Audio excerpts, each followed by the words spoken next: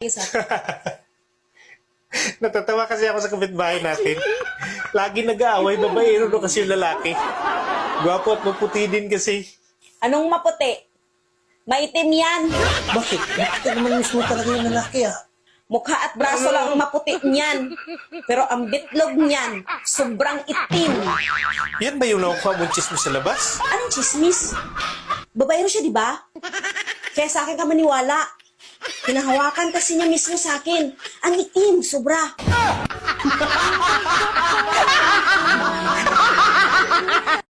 Daddy, Ano yun, honey? ano masarap kainin pag tag-ulan? Monay? Hindi. Bibingka? Hindi. Mani? Hindi.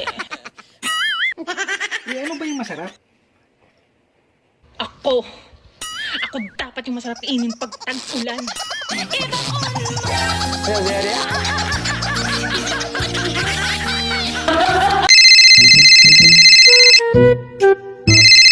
Hello babe.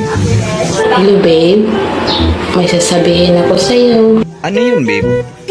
Pag may nakita ako na mas gwapo sa'yo, isa lang ang masasabi ko.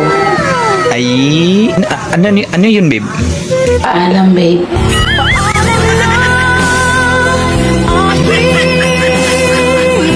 Pinapatawag ni ma'am sa school.